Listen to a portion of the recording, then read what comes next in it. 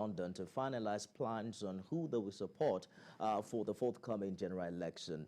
We'll be talking about that this morning. But let's begin with some updates on this very sad story of OmoBolanle Raheem, who was shot by a trigger-happy policeman on Christmas Day. We now know that the suspect is an ASP, an assistant superintendent of police, who has reportedly been in the service for 33 years. His name is Drambi Vandi. We spoke to the force PRO, Muyiwa Adejobi, yesterday on the show, and he confirmed to us that the DPO of the Ajiwe police station was changed earlier this month following the killing of one Gafaru Braimon, who was shot dead by a policeman attached to the same divisional police station in Aja on the 6th of December. Now, a condolence register has been opened at the deceased residence. Our reporter was there yesterday. The family members are asking the public for some breathing space for now. The deceased grandmother was quoted to have said that her daughter was pregnant with twins. I'm quoting out now, "I cannot see the law again. People usually call her the law. She was taken away from me. She was pregnant with twins. She died with her glory. She left a 5-year-old daughter behind and they took her away." On Monday, my granddaughter came to me and said, "Grandma Ijushaga, I saw you yesterday when you were crying. You were shouting. Is it because of my mom?" And I said, "Yes." She then again told me, "Pastor Jerry said what God cannot do doesn't exist. So grandma, stop crying." And she kissed me on the cheek. A very sad tale coming from that quarters. Our senior reporter was at the residence of the deceased, and she returned with this report. Sunday, 25th December is one day that the Raheems won't forget in a hurry. A day dedicated to celebrate the birth of Jesus Christ by Christian faithful turned out a day of sadness for the OmoBolanle Raheem's family. Titilayo Enema is OmoBolanle's sister. She expresses her grief to TVC crew. Only you will not understand. Weeping uncontrollably, Titilayo relieves her elder sister, OmoBolanle's unique spirit. Am I wearing the nice clothes? I said, "No, go and change." She wants to carry my daddy late clothes that we use for burial. She wants to use that. I said, "Don't wear burial clothes. Don't wear burial clothes. Go and wear nice clothes." Like a flash, the clock stopped ticking as a police officer, now identified by the police as Assistant Superintendent of Police Drambi Vandi, ended it all, throwing the family into avoidable mourning. After spending 1 hour there, my sister said, "Let's go home." So immediately inside the car, she was even telling me, talking to the husband, and as we were smiling and laughing, the guy just said, "Stop. There is a car coming." You said, "Stop." Immediately we just stop. We just hear gunshot. I don't know how. Where? The guy was not in our front at all. The guy was not in our front. My sister was sitting, and the husband was driving. I was sitting at the back of my elder sister, Barrister Bolanle, and my children, 4 children were there, and with our own daughter.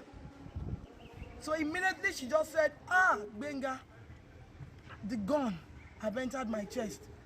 Benga, the gun have entered my chest." Immediately she just dropped. She says OmoBolanle's 8-year-old daughter is yet to come to terms with the reality of her mom's death. "Mommy Sarah, do you know what God cannot do does not exist? My mommy is coming back." Nigerian Bar Association Lagos branch has vowed to follow through. The association stated this during an interview with TVC News. We are going to pursue it and prosecute it to the letter, and we're working very hard to ensure that we get justice for our slain colleague.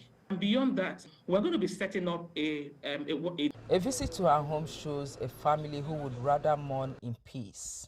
The area commander, ACP Olajide Amola, was cited leading his 7 divisional police officers out of the house.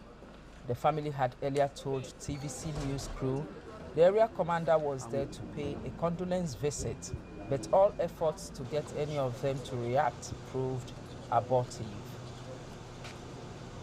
Many have described the Sunday 25th December killing as one death too many. Recall that on the 6th of December, one Gafaru Braimo was also gunned down at the Ajah area of Lagos, while the Inspector General of Police has promised to ensure the Raheems get justice. This may just be a wake-up call for the police authority to review their rules of engagement. Ivy Kano, TVC News, Lagos. Well, everyone is reacting to this story. We heard from the president yesterday, who says that this is a clarion call to for the Nigeria police force, and that everything must be deployed to ensure that the suspect is actually prosecuted. We've also heard from the Lagos state government. The governor sent some delegation to the deceased residents yesterday. We're also hearing from presidential candidates who believe that it's time for some form of police reform. I'm joined this morning by Dr. Abiola Kiyode Afolabi, human rights attorney and law lecturer at UNILAG. Good morning, and thank you for finding time to join us on the program. Moyosore Onigbanjo, the Attorney General of Lagos State, is saying that the suspect who has been arrested will be charged to court soon, and he's also saying that he will personally be leading the prosecution to show government seriousness on this. Comforting is that news, and what does it mean that the Attorney General himself will be leading the prosecution? Well, that's quite commendable, very, very commendable, that the Attorney General is taking that giant step, and that is giving us hope that this will not be one of the cases that would go without justice being seen as done, because the concern to Nigerians has always been the impunity that goes around with cases of this nature. I'm also a lawyer, and I'm also going to ensure we follow up, and we join also as watching the brief to see how this progresses, because it's important that this is used as a precedent, because the fact that we have not been able to find a good deterrence, it's also one of the reasons why this has continued to happen. If we look at the record of Nigeria, especially with starting from cases of Akpo 6 and a whole lot of other things that happened during NSAS, so we see that progress has not been made in this regard, and it's important that we make that progress. Mm-hmm.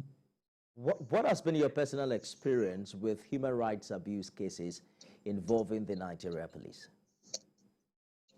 Well, it's been a very, I don't want to use the word terrible experience, because I know we have a case that has been on since 2013 and it's currently at the High Court, and there has not been any progress. So we have a situation whereby the police had refused to even appear in court, despite the fact that the court had issued several warning orders, to the police, and the police kept saying that they have no case to answer.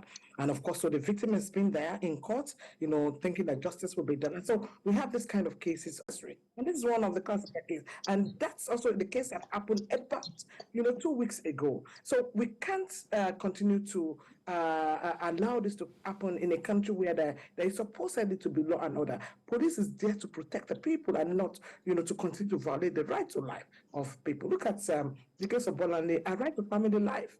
The woman is pregnant, she has a husband. Look at the trauma, so it's really, really send chills all into our body, when you see things like this on a Christmas day, a day that people are joyous, moving from one place to another. And then you have a police who probably was, drunk and was not in his right state of mind, then just kill a very promising young woman like that. So the country must ensure that there is accountability of this issue. We have had the president had made commitment in this regard. The Lagos state government has also moved forward in this regard. So we must all ensure that this is going to put a stop, to the senseless killings that we see on daily basis. This is really so wicked. It's so bad. It really shows that we need to do more within the Nigerian police force. So the state also did mention that you have a similar case that has dragged so long in court. Does the involvement of the Attorney General mean that this case in court, when it eventually gets to court, will enjoy some expedited action? Is there a track record to that effect?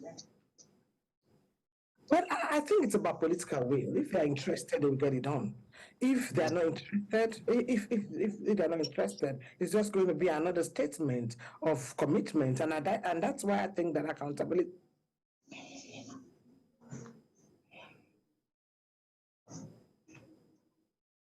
We probably will have to work on that network. Dr. Abiola Kiode Afolabi, human rights attorney and a law lecturer at the University of Lagos, is our guest on the first half of the show. And we're talking about the issue that surrounds that sad incident on Christmas Day in Lagos, where OmoBolanle Raheem was shot dead by a trigger-happy police officer who we have now identified to be an assistant superintendent of police by the name Drambi Vandi. And I had spoken with a CSP yesterday who also mentioned that this is not the first time that allegations of bribery and corruption have been brought to the police concerning this particular officer. The question right now would be, how much impact will the involvement of Mr. President, Mr. Governor, the NBA, and also other critical stakeholders have on this particular case? And what would have happened if this had happened to someone who was an ordinary Nigerian? What would have happened if this had happened to someone and the crime did not enjoy the kind of media attention that this one is getting? I recall that earlier this month, on the 6th of December, at that particular axis concerning police officers attached to Ajiwe police station in Nigeria, we're told that a 31-year-old man had also been shot dead. I spoke with the Force PRO yesterday, who confirmed that investigation is also on as regards that particular case. So all hands are on deck with this one, but time will tell whether this case will indeed be expedited. Amity has called in from Abuli Egba. Good morning. After that particular case, so all hands are on deck with this one. Well, you may have to turn down the volume of your TV. Good morning. Can you hear me?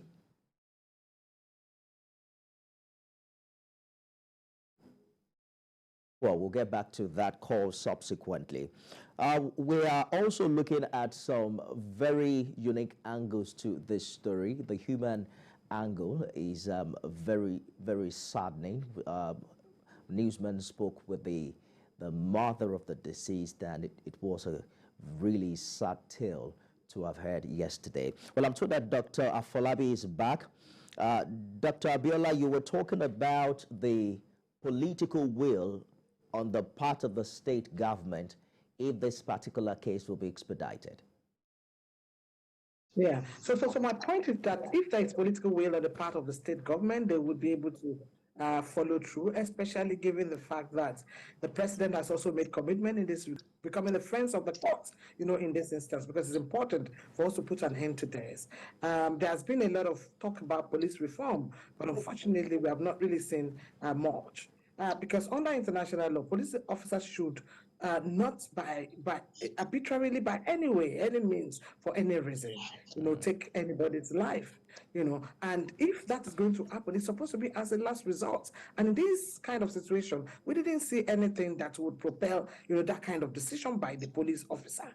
And the other instance within which the police can also do that is when it is strictly necessary to protect himself or protect anybody from imminent danger. We didn't see that situation in this regard, or when they want to de-escalate, a situation. So in all the three instances that international law allows for, use of force, that this must be used as a precedent, so that we don't then continue to have police who just kill people, recklessly, with such impunity, and nothing happens to it. And my other concern is this, about the fact that oftentimes when you have situations like this in this country, you see the police force trying to protect its own institution. This is not an affront against institutions, an individual, that have committed an offense.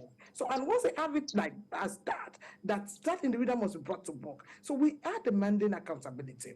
So if the Lagos State government is going in this regard, the Lagos State government must also be ready to ensure that justice is seen as done. It has happened in the space of Lagos State. The Lagos State is also very clear. The criminal law of Lagos State section 222 is clear in this regard. So Lagos has all the capacity, without any form of impunity. I hear you, Dr. Falabi. Let's take a call very quickly. Mr. George has called in from Ikeja. Good morning. Good morning, Ms. Emi. Ms. Emi, what has happened is very sad. That policeman has effectively killed 3 people. I understand the lady was pregnant of twins.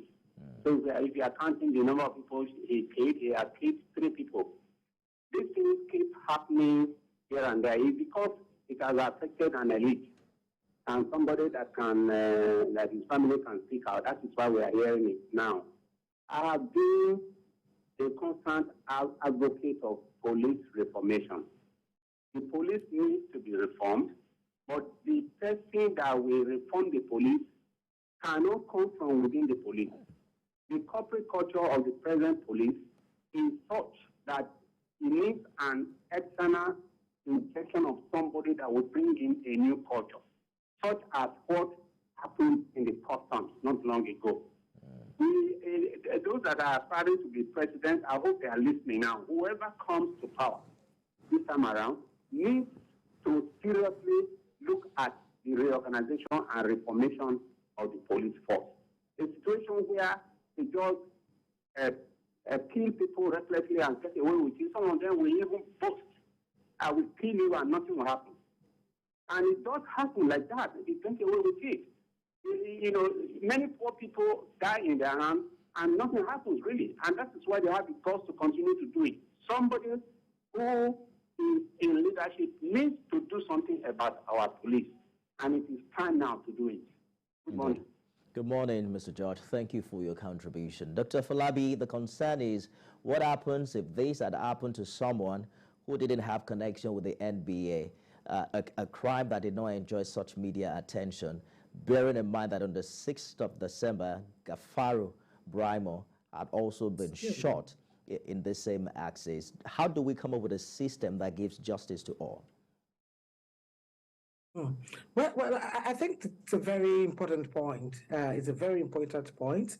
And I also think it's all about the cover-up that we get and we see from institutions, authorities that are supposed to bring issues to the notice of people. The Apple 6 was quite a long time ago. And of course, we have seen several, in the course of our work, several violation of police violence. Organizations like NOPRIN had documented a lot, and Amnesty International and all of that. And I think the point that Mr. George has made, which is important, is the need that one of the things we need to do is to have a comprehensive, very holistic police reform. With respect to training, I know that the IG was talking about standard operating procedure, which ordinarily is supposed to help to guide, what the police is expected to do. But I think it's beyond that. There's a need to do a lot of overhauling. And there's been several reports in this country that can be very useful, national conference report on police reports, white paper, and all of that. The pain is that some of these reforms, even when it's been proposed, nothing is being done. So the point is also about the need for political will, beyond the Nigerian police force, of the government to see the police role as very critical. In countries like America, after the I cannot breathe matter, Floyd's matter, there were issues of even asking that they should cut down the budget of the police. But in Nigeria, there are issues around financing the police to be better. So I think some of these issues, we need to put them in context and we need to put them on the table so that we can have a very holistic way of addressing the reform of the police. What is the entry point? What qualification can you have, before you become, a police officer? What is the kind of training that you need to have to be a police who is a friend of the people? What kind of medical checks do we need to have on the police itself? Is it psychiatric tests, and a whole lot of other things? This has to be comprehensive, and it has to be regular and continuous. And the government must also be ready to invest in that so that the police can then become the face of the people. As we have here today, the police violence is so much that the police itself is a threat to public security. And, despite all the efforts, look at the NSAS, look at the reports that came out from the NSAS. So to what extent have we gone with that? So that's why I said it's a very broad conversation. Beyond the Nigerian police force itself, the political will around it. So who is the chief security officer? So what is the chief security officer of the state doing? How are they holding people accountable? What role are they playing in this whole process? So it is something that needs much more and further discussion. Yeah, a lot of this happens to people that are not a public eye, not a member of Nigerian Bar. Well, Dr. Afolabi, let me hold you for a minute. Ibrahim has called in from Abuja. Good morning, Ibrahim. Good morning. Good morning. Please go ahead. Okay. You see, let's talk about the police reform. When we are talking about this police reform, the police have actually a lot to do. And this will have to do right from their recruitment and training. And if they don't look into their recruitment, if they don't look into their recruitment, they are definitely going to have people they bring in and would not be properly trained. And in the event of you deploying them, you see all manner of things. The rate at which police people are killing, policemen are killing innocent people is so alarming. It's so alarming. You see a policeman, the way he flings his weapon, the way he sees you coming, there's a way you don't point weapons at people. Except when you see that you yourself, you are not safe as a policeman. And now, you kill someone, they say they arrest you, they take you into custody, they do some investigation, and there be it. The whole matter dies off. Anything outside that we don't hear. I think there are no stiffer penalties on those people that take innocent people's lives. I think you made your point, Ibrahim. Now you're asking for stiffer penalties in that regard. Thank you so much for your contribution. Dr. Afolabi, we have to wrap up this segment now. You are asking for a robust police reform. You are also asking for a more proactive involvement of the chief security officers of the different states. But what would you recommend to Nigerians this morning while this reform are in the pipe works? How do you recommend that we relate with the police officer that we meet on the streets? Well, I think it's time we realize that the police is supposed to be the protector of our security. Public security might also be the endangered, the species that can endanger our lives. So it's important for us to also view them from that point of view. In OmoBolanle's case, there was actually no conversation even between the police and so meaning that it's important for us to also be careful with police, because it's actually possible that the person you are talking to, is not actually in his right sense, but it's a problem on its own. And that's why I think that it's for the Nigerian police force, to take responsibility, take speedy step to ensure that the design in the temporarily ensure that a standard of operating procedure is well known by all police force. And then there's always regular checks on who you are asking to come to the roadblock. For Nigerians, I think we are very helpless in this regard. The assumption of every Nigerian is that the police is supposed to be your friend. But unfortunately, what we see is the opposite. Human rights attorney, lecturer of law at the University of Lagos, Dr. Abiola Akiode Afolabi, thank you for talking to us on the program this morning. It's a pleasure. All right, talking about police reforms, Nigerians will have the opportunity in some 50+ days to determine who becomes the next president and who is going to oversee this police reform. Now, the G5 governors have relocated to London, we are told, to finalize the decision as to who they will back for the president come 2023? That's what we'll be talking about after this break. Stay with us.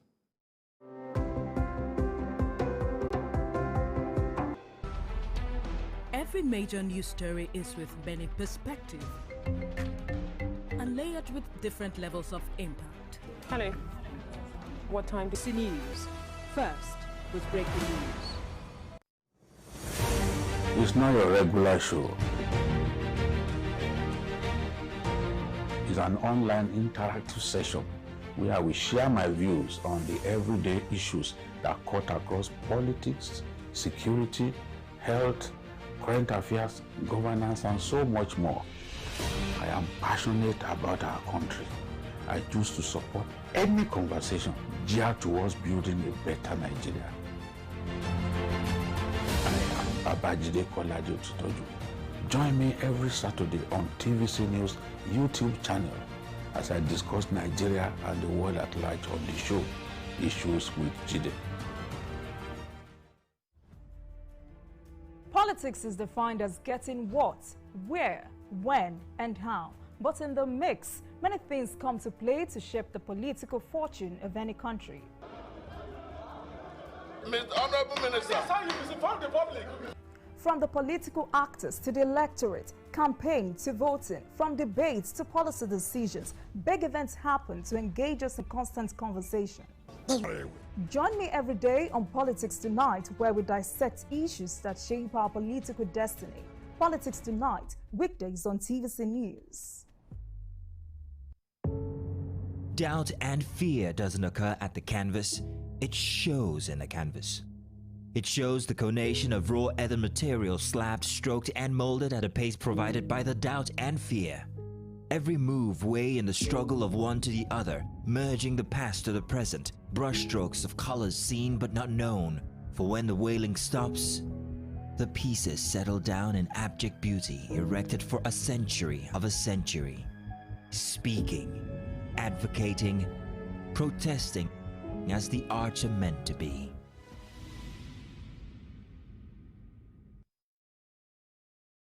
Weekend on The 2023 general election is upon us, and we seem to have a replay of what happened in 2015 when in November 2013 some 5 PDP governors decamped to the APC, and that may have played a prominent role for the APC's victory. The first time an opposition party will be winning the presidential election since 1999. Now, our attention this morning is turned to the decision that will be made in London by the G5 governors, the 5 aggrieved PDP governors, as to who they are supporting come 2023. One would have thought that the governors will keep mum on their presidential support, but you heard the Rivers State governor saying that he will not only declare his preferred candidate, but he will also go from state to state to campaign for such individual. Emmanuel Macham is a PDP chieftain who's joined us this morning from Plateau State. Thank you for joining us on the program. It would seem that the curtain has now drawn on a possible reconciliation between the G5 and the Atiku camp. What are your thoughts about this? Yeah, good morning, and I'm happy to join you in this great conversation that Nigerians are waiting up to. I think the truth about the scenario happened, G5 governors have constituted themselves into an institution within the party. That is the truth.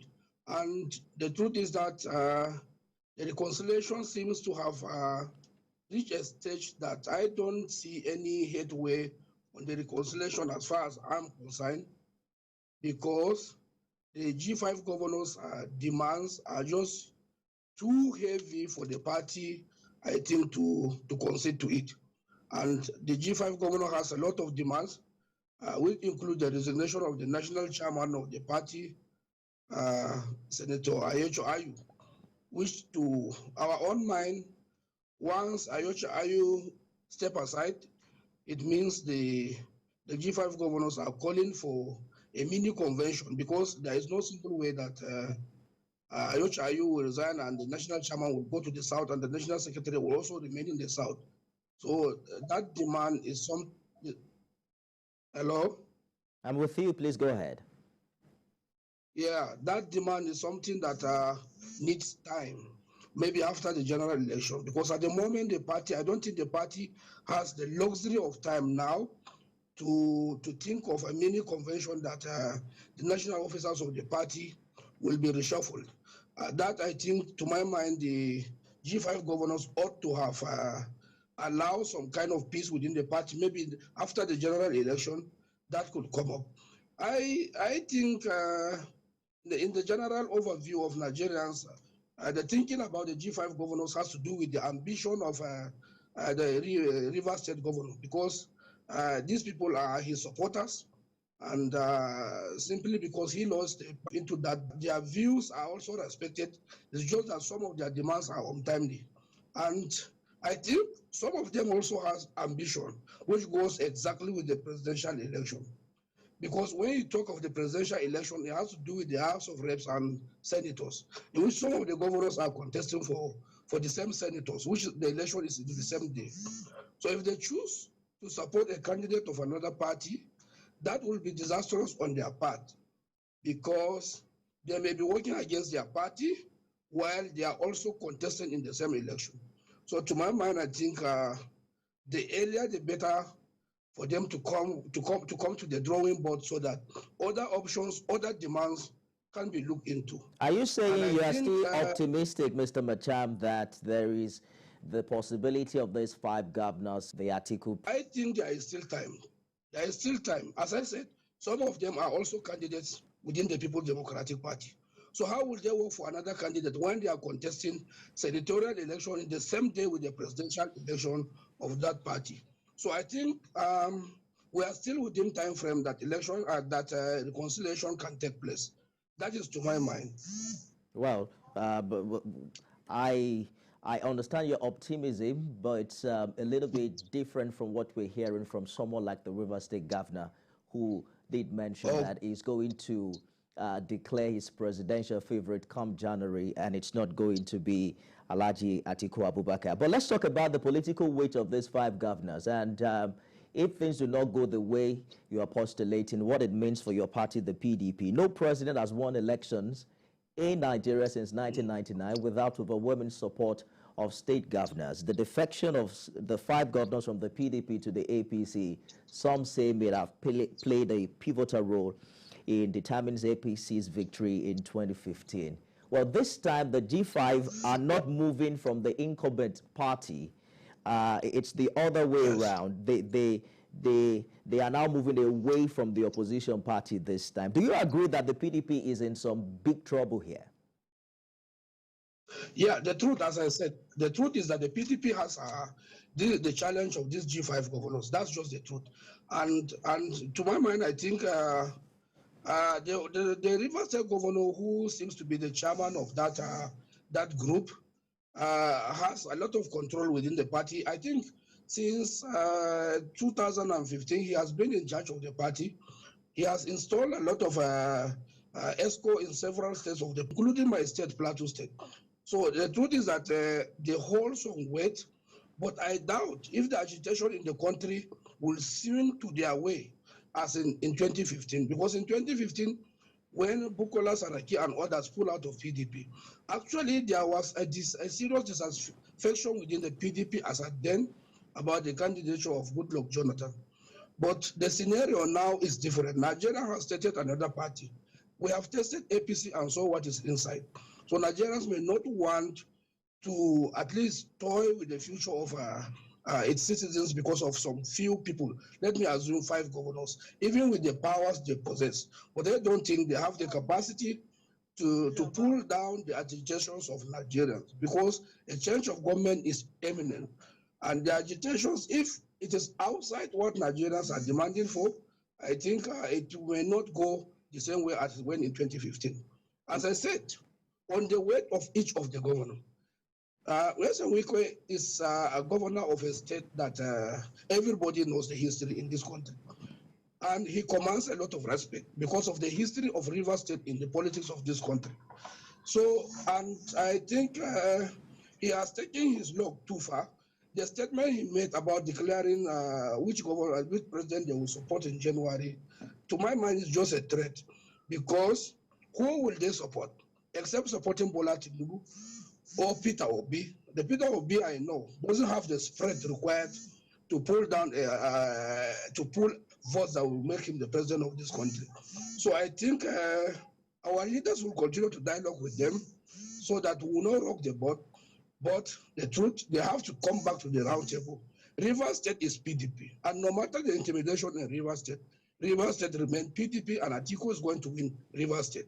So it's better for Relation Wike and his group to join the movement so that whatsoever they are bringing to the table as a demand can be looked into after the general election, as I said, when we have resumed office. Thank you. While reacting to PDP winning the Just North and Basel by-election in March, you attributed your party's success to the reconciliatory efforts by Senator Ayu. And I am quoting you now, Mr. Macham.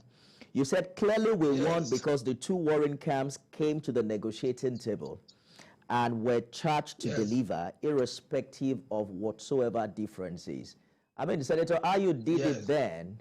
One will wonder why he has refused to do it now by stepping aside. Your party's candidate is also called the unifier. Many are saying, I mean, this is like the litmus test to see how he intends to unify. Not only do that if he can unify, you know, the division within his own party. Yeah, I think the division the party has Atiku Abubakar. The truth is, even in Plateau, as you rightly mentioned, there is a sharp division within the party. But the national chairman then, because of that election, tried his best to make sure we come together for the purpose of that election. And the two groups in Plateau State come together for the first time to put their differences aside and support the candidate of that party. But I assure you that at a larger for the division within the party, as I said, and some of the mechanism of the party that were put in place to reconcile some of these grievances are not directly attached to his presidential ticket. But as I said, he has been playing his role. Here in Plateau State, when he launched his presidential campaign in Plateau State, he came to Jos and slept in Jos. There were dialogues. He sat down with Jeremiah Husseini, he sat down with DT Sambo, former governor of Fidelis Tabgun, and several other leaders of the party to see if we can come together and work, despite the fact that the former governor of the state is with the Wike camp. And I think he has been trying his best to make sure there are reconciliation in several states where he can come inside. But where it is difficult, it has to do with the constitution of the party. Because what the G5 governors are demanding for, it is a change in the constitution of the party, which means by saying Ayu, by singling out Ayu to consider his position, I think they are calling, as I said, they are calling for a reshufflement, because one region cannot have the national chairman while having the national secretary. So I think, Mr. Macham, are you saying that your party's constitution doesn't allow Senator Ayu to resign his position? Senator Ayu can resign. Yes, he can resign. But Senator Ayu cannot resign, and another national chairman will be brought in from the south. Meanwhile, other positions, National Working Committee positions are still in the south. It means it has to be reshuffled in such a way that it will accommodate each of the zone in the National Working Committee. So even if Ayu resigns today, of course, if somebody comes from the south to occupy. Oh, we have issues with that line. Just hold it, Mr. Macham. Let's take a call from Arochiku. Good morning, Mazi Okorafo. You see, removing the ladder is not the option. You see, we have come to politics in Nigeria that what we mean like they shift goalposts.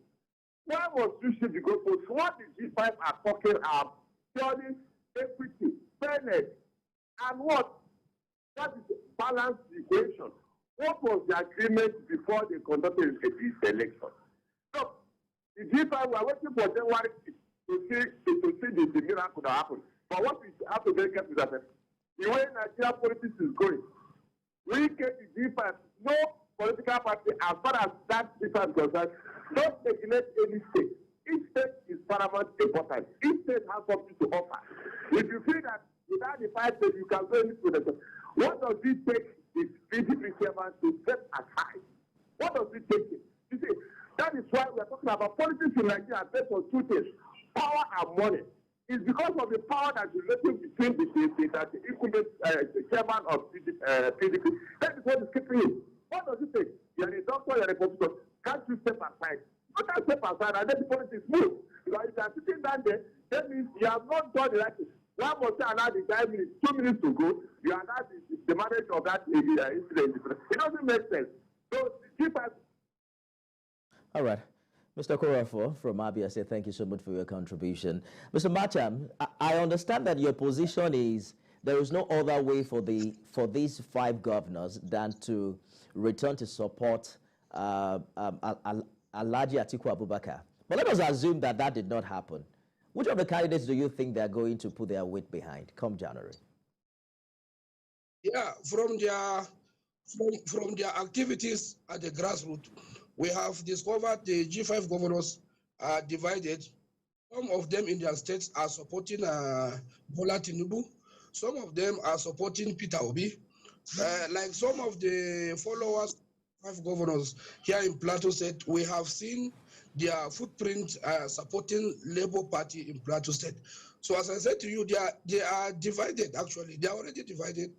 So I don't see them achieving something at the end of whatsoever they are doing.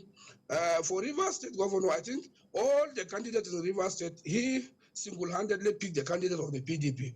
So if he is sacrificing them for any other party, I don't know whether he may also sacrifice some of these candidates he single-handedly picked and give them the ticket of the party. And like our brother here, the governor of Benue State, I think his own is the surprising issue or this topic, because he's aspiring to be a senator in that state. Apart from the fact that he is part of those, all the G5 governors are part of those that brought IU. So at this point, I join other Nigerians to plead with the G5 governors so that they can, whatsoever is the grievances, they can put it down. After the general election, all these things can be sorted out. I think Wike himself single-handedly removed Uche Secondus from office. And that made us go into the national convention that brought in IU. He brought in IU. If at this point he is not satisfied with IU, I think he knows that 2 months to general election, it can never be healthy to remove a certain national chairman. All right. But, and I've said, there is a general agitation on ground. Nigerians no more trust the G5 governors, because when you say you are giving them the national chairman, let's quickly hear from Sunday, who has called in from Akwa Ibom. Mr. Macham. Good morning, Sunday. Good morning. Please go ahead with your contribution. I want to speak directly to G5 governor the addition. All right, go ahead. Hello? Go ahead, you have just 1 minute. Will not support Atiku Abubakar. Mr. Nweke will not support Atiku Abubakar, even though you go down tomorrow. Nweke will not support Atiku Abubakar. The reason is very simple. Because of the statement made by Atiku when the primary was built up. Atiku said to PDP, if they want to win the election, they should give them the ticket. If they want to fail, then they should take it to any other person. So Nweke wanted to prove to Atiku Abubakar. Nweke wanted to prove to Atiku Abubakar. Without him, even with him, PDP can still the election. But I want to say this very openly. No matter what Nweke will do, PDP will come up victorious at the end of the day. I don't have much to say. We will take the shame at the end of the day. That's all I can say, Mr. Dam. Thank you for your contribution, Sunday from Akwa Ibom. Mr. Macham, we have to go now. We just have a few seconds. What are your party's chances if the 5 governors pull out completely come January? I assure you that our chances remain very solid, even if they pull out. and all the machineries on ground put on place in their various states to make sure we are not defeated has been put in place. So I think our party is moving very strong at the presidential election. So by the special grace of God, as I said, and as the caller said, we do not trust Wike again within the party, because even if you give him the national chairman, Wike will still work against the PDP. So there is no point giving him that chance to even destroy the party. So, but in Rivers State, we have our colleagues and friends who are working day and night to make sure our party is not affected by the dominance in Rivers State for several years. So we have a very strong solid ground for the party, and the party is working together. So by the special grace of God, we will never be affected by their decision. That's our time. Emmanuel Macham, PDP Chieftain, Plateau State. Thank you for talking to us on the program today. My name is Nifemi Ogutoye. I'll see you again tomorrow. Bye for now. Men do not like overconfident women. Don't touch me without my permission. I'm a playful guy, and I do get carried away sometimes. You are selfish, manipulative, and you are a narcissist. After all I've done for you. What have you done for me? She called me barren. You know my mom doesn't know any better, right? You say that now, but then when you see your mother, you start to act like you're deaf and dumb. You were supposed to be more careful. I've been. Clearly not enough. The following is a paid presentation by ShopX TV. Introducing the new Pressure King Pro from ShopX TV. The amazing 14-in-1 digital pressure cooker that saves you time and money. Want to cook proper meals but can hardly find the time? We all have busy schedules, but hurried lifestyles means meals on the run, maybe even whole weeks with too much processed or fast foods. The amazing ShopX 14-in-1 digital pressure cooker cooks up to 90% faster than conventional appliances. And because it cooks so much faster, you're not just saving time, but saving money too. Cooking a whole chicken in the Pressure King Pro could use up to 6 times less electricity than the average oven, saving you time and cash. This delicious chicken pepper soup could take 1 hour in conventional cookware, but with the Pressure King Pro, you'll cook it in just 15 minutes. This mouth-watering jollof rice is cooked in just 10 minutes in the Pressure King Pro, so you really can make fresh traditional meals for your family with ease. 30 minutes. Now that is fast food. Pressure King Pro is the one-pot solution that cooks hundreds of different healthy meals and does the job of so many different appliances. It's a pressure cooker, slow cooker, rice cooker, and a steamer all rolled into one. And with its digital control, you don't even need to be a chef to make exciting meals. You can even saute with no need for pots and pans on your gas cooker. It's perfect for browning meat and vegetables. Just press the button and walk away for perfect meals every single time. From jollof rice, goat mitasu, scrumptious side dishes, lamb chops, roasted chicken, the Pressure King Pro does the hard work for you to take the pressure out of meal times. You just set it and walk away. The Pressure King Pro is God sent, and my family loves every meal I prepare with it. It is a one-pot wonder that makes cooking so